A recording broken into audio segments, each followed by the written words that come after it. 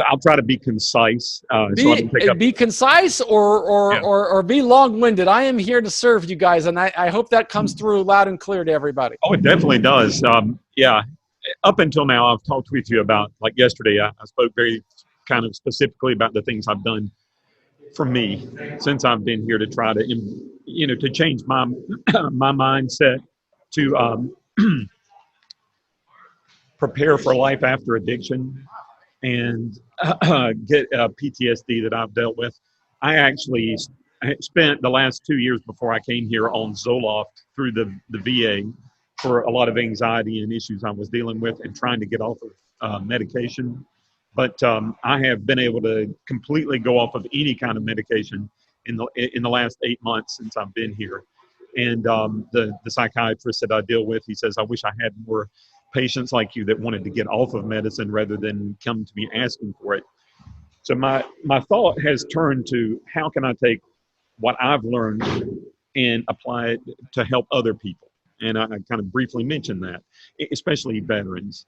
And so I have a lot of ideas, a lot of kind of a big concept that I want to try to build.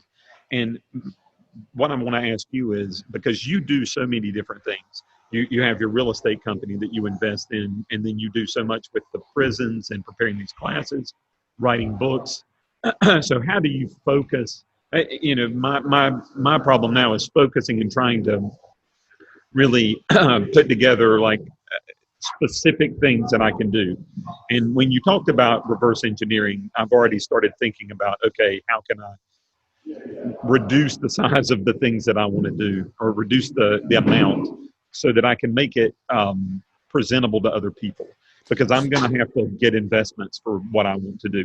And that's one of the big things I need to learn to do is prepare a business plan. Well, I think we always have to start when we're talking about, I'm going to try and teach it from the framework of this course, right? Yes. And you just started by defining success. You want to build a business around all of your intellectual property and experience about what you've learned about addiction, post-traumatic stress, and how to get off medications. Yes. That is there's a massive need in society for that type of content, right? We have an opioid epidemic across the country, and there's a lot of people who struggle with addiction. And like anybody else, we want to learn from people that are like us, okay? So there's going to be a lot of people that are going to be very receptive to your message, okay? The question is, how do you deliver it, okay? Exactly. How do you deliver it? And there are a lot of different ways. So part of your work is to reverse engineer those options and then figure out what's the best option. Now, I can give you some examples. That's one of the reasons that I try to bring in stories of people that came out of jail or prison and built careers around their personal experience using social media and their communication skills to build brands. I could share with you a woman by the name of, I'm going to share my screen, okay? Because I want you to see it. Okay, so first of all, this is going to require some work here on my part, but I'm going to do it because I want you to see it. Because I do think it's important for us to be able to see things, not me just telling you. So here is a Google, right? When do you get out of jail? I don't know yet. More or less. More or less within 5 years. So okay. Yeah. So I'm going to give you some examples. Okay. I got to find how I'm going to find her though. So this is a YouTube person here. I got to find her. Ro Clausen. Okay. This is Ro Clausen, and she is a YouTuber. Okay. Right. I don't want to play her song here, but she's created a business helping incarcerated women understand what it's like to love somebody in jail. and she's built a channel that gets 40,000 views every single month. And I learned from her, okay? I learned from her. But she also interviews other people, and I'm trying to find one that she did with a woman who does exactly what you say.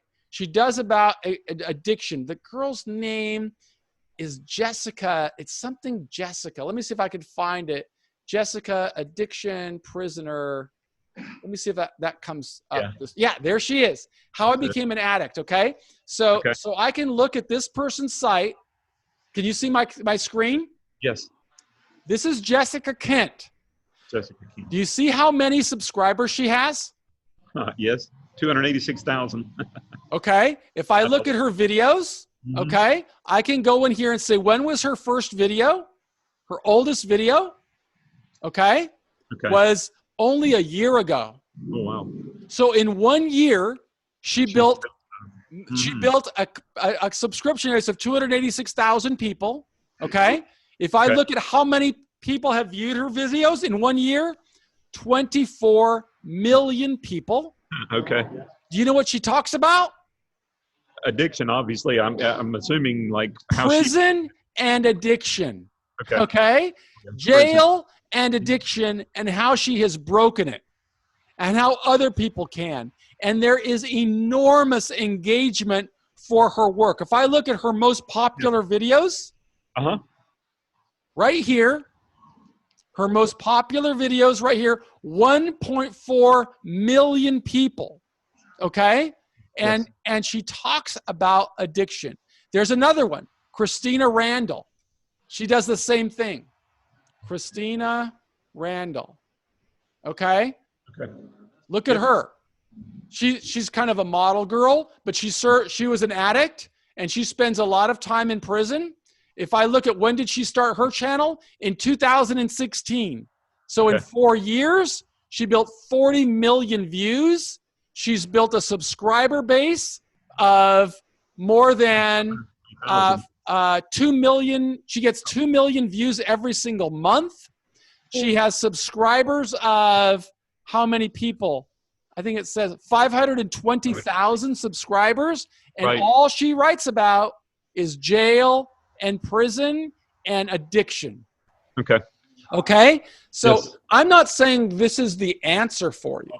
But what I am saying is that this is a strategy that doesn't require you to go to get capital. Exactly. It just requires you to apply yourself. That's a way to start something for me personally that I can do in lieu of the bigger picture also. Exactly. But what can you do right now? Right now, you can start writing the scripts. Exactly. That's what I was thinking about while you were talking with Ryan, is I can start writing out a program, or even like a type of class, how I learned meditation, mindfulness, yoga, those things, and preparing a script, like you said, for each of those things that I would like to do. It's always about considering our strengths and our weaknesses. Do you know what your strengths are right now? Right now? Yeah, I'm a good, I'm good at writing. I'm good at editing. Writing, editing. You've also got time. Yes, and I've got, obviously, yeah. You've got time. That's a strength. Your weakness, you may not have the ability to learn YouTube. You may not be able to have a camera and things of that sort, right?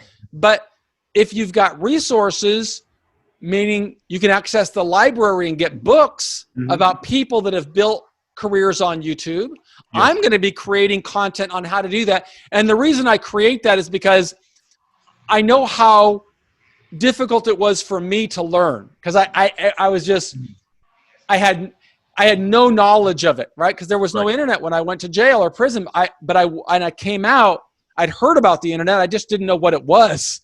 I read about it, but it was something else.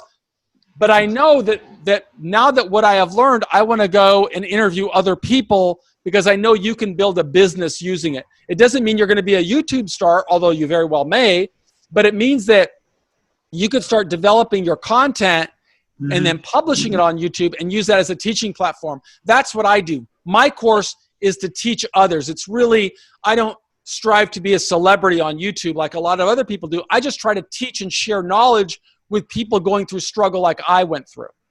Okay. Yeah, no, that makes sense. And yeah, and that's where I'm trying to isolate what I can do for myself in terms of a business, earning money, or at least putting myself out there, and then building a bigger platform also. Even using this to earn money, the Yes. more you learn about documenting your story and your strategy, the better prepared you are going to be to make a case to a potential investor, or a potential partner, or a collaborator, or even an employer, right? There's nothing wrong with working for somebody else. I just interviewed a guy by the name of Jonathan Barber who did 16 years in prison and was an addict and went to jail because of his substance abuse issues.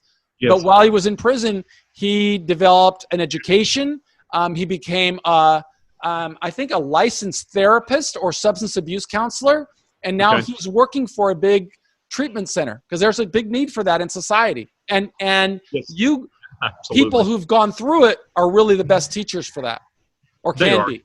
Well, I've been keeping a journal for now a little over 8 months, and every day I write about what I do, my experience, things that I've faced, and so I kind of use that. I'm looking back now and trying to use that as a way of creating that script, because I've got the experiences there documented already, and so now it's putting it together in a like I said, a concise, coherent form. And that takes work, and that's work that's best done while you're in that environment when you're not having to pay rent and things of that sort, right? Exactly. I've got all the time in the world right now, and